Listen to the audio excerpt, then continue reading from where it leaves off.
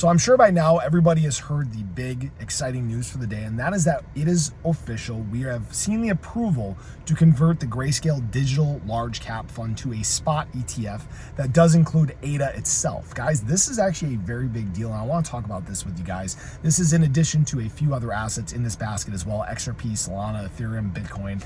And it's not so much even what this does right now, it's what it means next for ADA, because did this in fact just greenlight us for an ADA spot ETF coming sometime in the near term, potentially even here in 2025.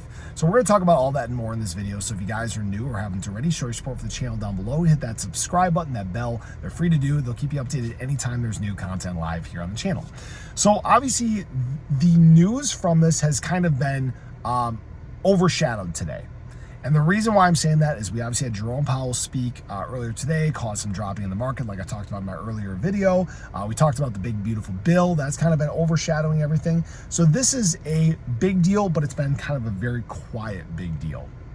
Now, understand that this product itself doesn't really change a whole lot for ADA from a price standpoint. And why I'm saying that is this fund itself ADA carries very little weight in it. We're talking about 0.7% of the holdings in this fund. Can that change over time?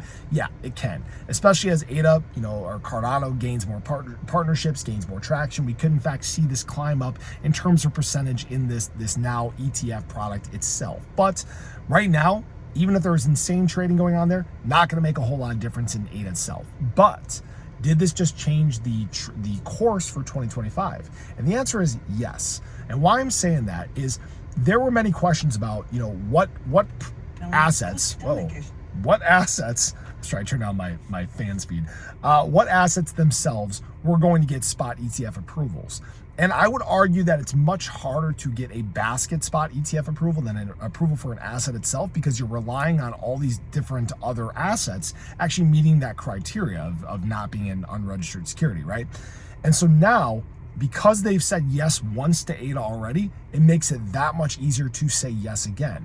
Does this mean that we're going to have an ADA spot ETF in 2025? It's not a guarantee, but it just became a lot more likely. In fact, many of the odds for approval we've seen over the last few days have surged to 90% for ADA, for XRP, for Solana. Well, it's got to be like 95% now, 98%, all right?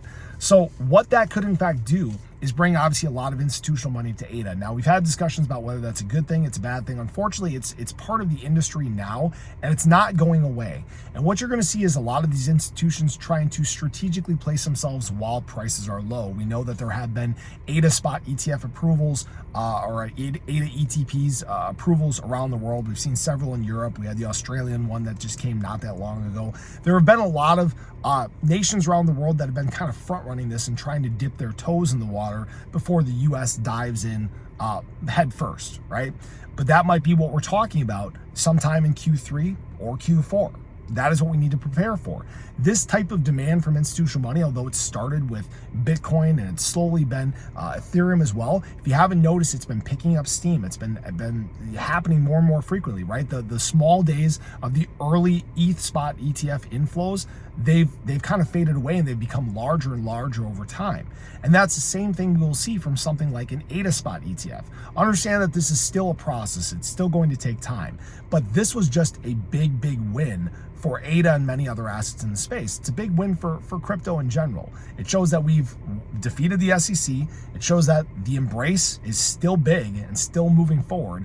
And what that gives me is a lot of excitement for what can come here in 2025 still and beyond. So I appreciate you guys. I hope you enjoyed the video. Let me know your thoughts below, but have a great day. Catch you guys in the next one. Take care.